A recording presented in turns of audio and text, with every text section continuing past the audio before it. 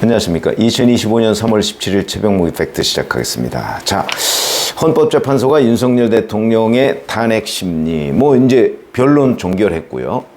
이제 날짜 지정만 남은 거죠. 결론 공표하는 것만 남았습니다. 어찌 보면 그에 대해서 왈가왈부하는 것이 불필요할 수도 있다, 이렇게 생각하시는 분들도 계시겠지만, 기본적으로 지난 93일간, 오늘로서 93일째인데 93일간 이루어진 문영배 헌법재판소장 직무대행이 이끈 헌재의 윤석열 대통령 탄핵 심리가 제대로 이루어졌느냐. 왜냐하면 제대로 이루어지지 않았고 그게 절차적 흠결이 있다 그러면 그 흠결 때문에 이 탄핵 심리는 결론을 내면 안 된다, 내지는 각하가 돼야 된다, 이런 주장들도 굉장히 많거든요. 그렇기 때문에 이 93일간 이어져 오고 있는 문영배 헌재의 윤석열 대통령 탄핵 심리가 과연 합당하게 합법적으로 이루어졌느냐 그렇지 않느냐 하는 거는 여전히 따져봐야 될 문제고, 만약에 날짜가 잡혀서 이런저런 결정이 나온다 하더라도 그렇게 아주 심하지는 않겠지만 하여튼 곳곳에서 학계에서든 아니면 법조계에서든 지적이 나올 수밖에 없는 거죠. 근데 아직 결론이 나오지 지금 않았습니다. 그러니까 이런 것들이 이제 의미를 갖는다. 왜? 앞으로의 결론을 어느 정도 예측해 볼 수 있는 여러 가지 기준 중에 하나가 될 수 있는 건데, 그 중에 제가 지금 오늘 소개해 드리려고 하는 거는 강일원 전 헌법재판관이라고 하는 사람이 있습니다. 이 사람은 원래 헌법재판관이 됐던 것이, 헌법재판관은 국회 몫으로 3명, 대통령 몫, 대법원장 몫 각각 3명 이렇게 되죠. 근데 국회 몫에 3명인데 한 사람씩은 각 여야 정당에서 추천하고, 강일원 재판관의 경우에는 여야 모두가 동의한 사람입니다. 여당도 동의하고 야당도 동의해서 헌법재판관이 된 사람이다. 그만큼 중립적이다, 이렇게 얘기를 할 수 있는 재판관 출신이죠. 현재는 그만뒀습니다만은. 근데 이 사람이 박근혜 대통령 당시의 탄핵 사건의 추심이었습니다. 그때 소장 직무대행은 이정미 재판관이었고 추심은 강일원 재판관이었습니다. 그러니까 추천 자체도 여야가 모두 동의했고, 그 다음에 박근혜 대통령 탄핵 사건의 추심이었고, 그렇기 때문에 탄핵 사건과 관련해서 굉장히 잘 알 수밖에 없는, 근데도 이제 또 무지하게 신중한 사람이거든요. 그래서 똑같은 얘기를 하더라도 정치인처럼 얘기하지 않습니다. 여야 모두로부터 동의를 받는 거 쉬운 일이 아닙니다. 그만큼 처신이 중간 지대다, 이렇게 우리가 충분히 평가할 수 있는 대목인데, 이 윤석열 대통령 탄핵과 관련해서 2번의 매일경제 칼럼을 썼습니다. 매일경제다 보니까 이제 이렇게 별로 파장이 없고 워낙 신중하게 쓰다 보니까 이제 이렇게 직설적인 취지의 어떤 메시지 이런 것들이 아마 전달이 안 된 것으로 보이는데, 1월 19일자 칼럼을 보면요, 이렇게 되어 있습니다. 제가 요지만 이제 풀어서 설명을 드리면, 현재 진행되는 문영배 헌재의 사법 절차에 대해서 아쉬운 점이 몇 가지 있다고 그러면서 아쉽다는 표현을 썼죠. 사실상 잘못됐다는 표현입니다. 내란죄 수사권 문제를 지적합니다. 이거 서울중앙지법 형사부 25부의 직위원 판사가 지적했던 바로 그 내용입니다. 지금 내란죄 수사권은 경찰에 있다. 공수처가 그걸 수사하려면 근거가 분명해야 된다. 무슨 직권남용에 대한 수사권이 있으니까 내란 혐의도 수사할 수 있다? 이거는 합법적으로 보일 수 있지만 설득력이 크지 않다. 크지 않다는 표현을 써요. 설득력 없다, 이런 뜻이죠. 직위원 판사의 판단과 똑같은 지적을 이미 1월 19일 날 했다. 또 하나, 대통령 영장을 서울 서부지법에 청구해서 논란을 자초했다. 공수처가. 국방장관처럼 서울중앙지법에 청구했다면 그런 논란 없었을 것이다. 이것도 역시 수사권에 관한 문제다. 그 다음에 국회 탄핵소추안에는 내란죄를 탄핵 사유로 기재를 했는데, 국회 대리인단이 이를 철회했다. 주요 탄핵 사유의 철회가 과연 가능한 건지, 그 절차는 어떤 건지 헌법이나 법률에 규정에 없다. 과거 2차례 노무현 박근혜 탄핵 심판 때도 이와 비슷한 일이 있었는데 당시에는 그게 대통령은 재직 중에 형사소출을 받지 아니한다 이렇게 돼 있죠.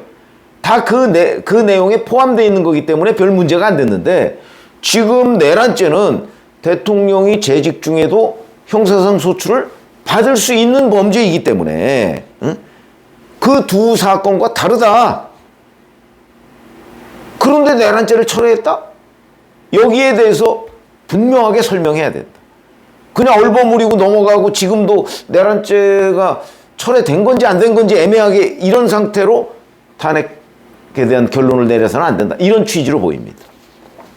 그 다음에 또 하나는 한덕수 국무총리 탄핵건을 이때 지적을 했습니다. 뭐 논리 명쾌하죠. 대통령 권한대행을 탄핵하면서 151석?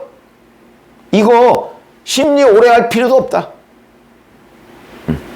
그냥 헌법 해석에 기초해서 결론을 내리면 되는데 이 문제 빨리 결론 내려야 된다. 이거 그때 그 한덕수 국무총리에 대한 탄핵 심리 변론 준비 기일 하고 있을 때입니다. 그때 이미 이거 오래 끌 것도 없다. 그냥 해석만 하면 된다. 이렇게 주장을 했던 칼럼이 1월 19일 칼럼입니다. 자, 이 내용 종합해 보고요. 그 다음에 얼마 전이죠. 3월 초. 이거는 변론이 끝난 뒤에 또 한 번 칼럼을 썼습니다. 여기에 보면 이런 겁니다. 윤석열 대통령 탄핵은 노무현 박근혜 대통령 탄핵의 선례를 따를 수가 없다. 왜? 그 선례가 없기 때문에. 내란죄이기 때문에. 아까 첫 번째 칼럼에서도 지적했던 것처럼 노무현 박근혜 대통령의 경우에는 현직 대통령이 형사상 소출을 받지 않는 범죄, 공무원법 위반이나 그다음에 뭐 여러 가지 뭐 뇌물죄 뭐 관련한 등등 이런 것들이죠. 그러니까 이거는 우연이냐 아니냐 이거를 쉽게 판단할 수 있지만 윤석열 대통령 탄핵은 내란죄, 이거는 형사상 소출을 재직 중에도 받을 수 있는 범죄다. 그렇기 때문에 현재 형사소송이 진행 중이지 않냐. 그러면 헌법재판소법 51조에 보면 이런 경우에는 탄핵 심판을 정지할 수 있다. 이렇게 돼 있다. 이게 얼핏 봐서는 임의 규정이지만 탄핵 소추된 공무원이 무죄를 주장하고 있으면 탄핵 심판 절차를 정지하는 게 원칙이다. 그렇죠? 무죄를 주장하고 무죄인지 유죄인지 헌법재판소 재판관들이 모르는 것 아니냐. 그러면 탄핵 심판을 형사소송이 끝날 때까지 정지하는 게 원칙이다. 왜 원칙을 어겼냐 이 얘기입니다. 쉽게 얘기하면. 그리고 형법, 그러니까 내란죄, 그 위반 여부를 판단하지 않겠다 그러고 심판 절차를 지금 진행하고 있는데, 그렇게 본다면 탄핵 철회? 탄핵 사유 철회? 이게 안 된 거 아니냐. 이런데 지금 헌법재판소가 이게 임의 규정이라고 해서 그걸 무시하고 넘어갈 수 있는 거 아니다. 중단해야 된다. 이런 얘기입니다.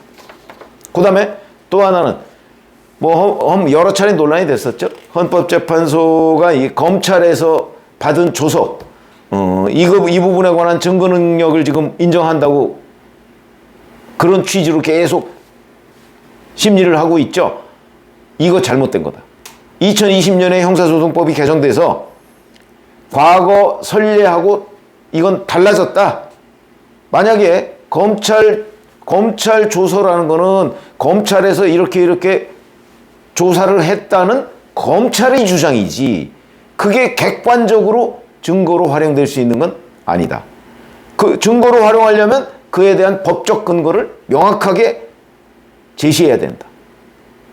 이렇게 설명을 하고 있습니다. 자, 그러면 이 두 개의 칼럼, 이건 굉장히 신중하게 문제제기를 한 것입니다. 원래 강일원 전 재판관 본인이 원래 그렇게 신중한 사람이니까. 그런데 공수처의 수사권 문제, 서부지방법원의 영장 청구한 문제, 이 불법 여부, 그 다음에 내란죄 철회에 대한 의문점, 그 다음에 한덕수 국무총리에 대한 탄핵 심판의 의문점. 왜 이렇게 질질 끄느냐. 바로 그냥 결론 내려도 되는 건데. 그 다음에 내란죄가 철회됐다? 그러면 헌재 심리를 중단하는 게 원칙이다. 형사소송이 진행돼 있으니까. 무죄라는데 지금. 무죄라는데 헌재는 그게 유죄임을 어떻게 아느냐. 이런 부분. 검찰 조서의 증거 채택 의문. 뭐 이런 것들을 두 개의 칼럼을 통해서 본격적으로 문제 제기를 하고 있습니다. 이거를 한마디로 얘기하면 현재 문영배 헌재가 윤석열 대통령에 대한 탄핵 심판을 함에 있어서 절차적으로 굉장히 문제가 많은 진행을 하고 있다는 거거든요. 절차적 흠결. 그러면 원래는 각하돼야 원칙입니다. 각하. 그래서 이 두 개의 칼럼을 통해서 박근혜 탄핵 심판 사건의 주심인 강일원 전 재판관이 지금 하고자 하는 얘기는 결국 지금 문영배 헌재가 해서는 안 될 일을 가지고 여기까지 밀어붙였다. 한마디로 얘기하면 이겁니다. 그러면 어떻게 돼? 헌재 탄핵 심리를 다시 하든가 중단하든가 각하하든가 그거밖에 없는 거죠. 어디에도 이대로 인용해도 된다는 지적은 없습니다. 제 의견이 아니고 박근혜 대통령 탄핵 심판의 주심 재판관이었던 사람이 문영배 헌재의 윤석열 대통령 탄핵 과정을 지켜보면서 이건 아닌데 그래서 지적한 내용이다. 근데 이 내용을 제가 객관적으로 보니까 허영 경희대 석좌 교수 등 헌법학계의 태두라고 하는 분들이 지적한 내용하고 크게 다르지 않다. 그러면 헌법을 제대로 배우고 헌법을 제대로 활용해서 대통령 탄핵 심리를 했던 사람들은 이 문영배 헌재의 윤석열 대통령 탄핵 심리가 아주 문제가 많다. 그래서 다시 하거나 아니면 각하해야 된다. 결국 이런 결론에 도달하는 것 아닌가 해서 제가 소개를 해드렸고요. 왜냐하면 뭐 법률적 견해에 대해서 아주 탁월하고 그리고 실무 경험으로도 거의 다른 사람들이 이 일을 제기하기 어려운 사람인 그렇기 때문에 귀를 기울일 필요가 있다. 뭐 그렇다고 해서 문영배 헌재가 따를 것이다 이렇게 얘기는 안 되지만 적어도 이 부분을 간과하고 넘어갈 수는 없는 것이다. 왜? 이게 바로 헌재 우리법 팀을 제외한 다른 4명 중에 2명이 될지 3명이 될지 4명이 될지 모르겠습니다만은 이분들이 아마도 헌법재판소 내에서 현재 주장하고 있는 이래서 윤석열 대통령 탄핵 사건을 기각하거나 각하해야 된다고 주장하고 있는 근거가 되지 않을까. 대단히 중요한 주장이다. 저는 이렇게 판단을 하기 때문에 말씀을 드렸습니다. 고맙습니다.